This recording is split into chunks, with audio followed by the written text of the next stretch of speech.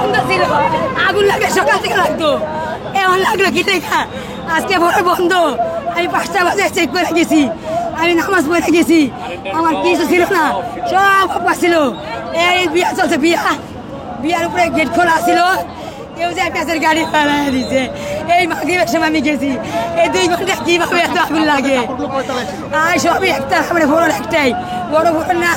ওই সাইডে 5টা কাপড় আইছে, কালকে মেটারে কাপড় আনছে, আর মাথা রেডি করে রাখছি।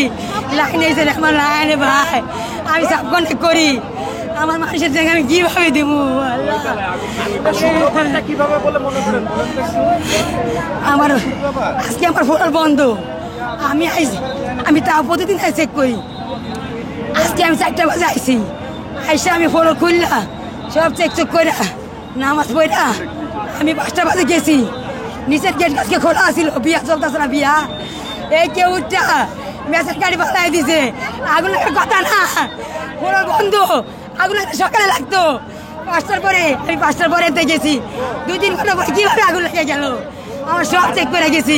ভাই আমি কষ্ট করে আমি সাবকনে মাল করি, 20 টাকার মাল। হ্যাঁ, আমার নাম বিউটি, আমার ফ্যাক্টরি বিউটি ফ্যাশন।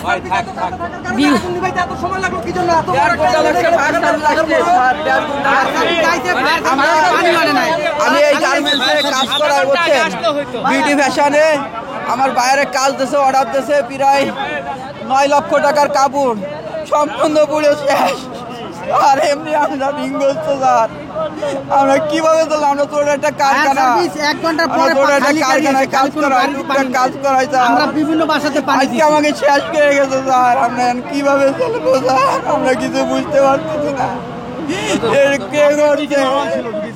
আমার ছিল হলো ফেব্রিক, আর এই ম্যাডামের ছিল হলো পুরো কাপড়, তারপর হচ্ছে কমপ্লিট বডি। আমরা বিউটি ফ্যাশনে কাজ করাই, প্রায় আমাদের ফ্যাক্টরি সহ প্রায় 2 কোটি টাকার ফেব্রিক, সব মাল সহ চকপতি, কার্টুন করা মাল, সব মাল চকপতি।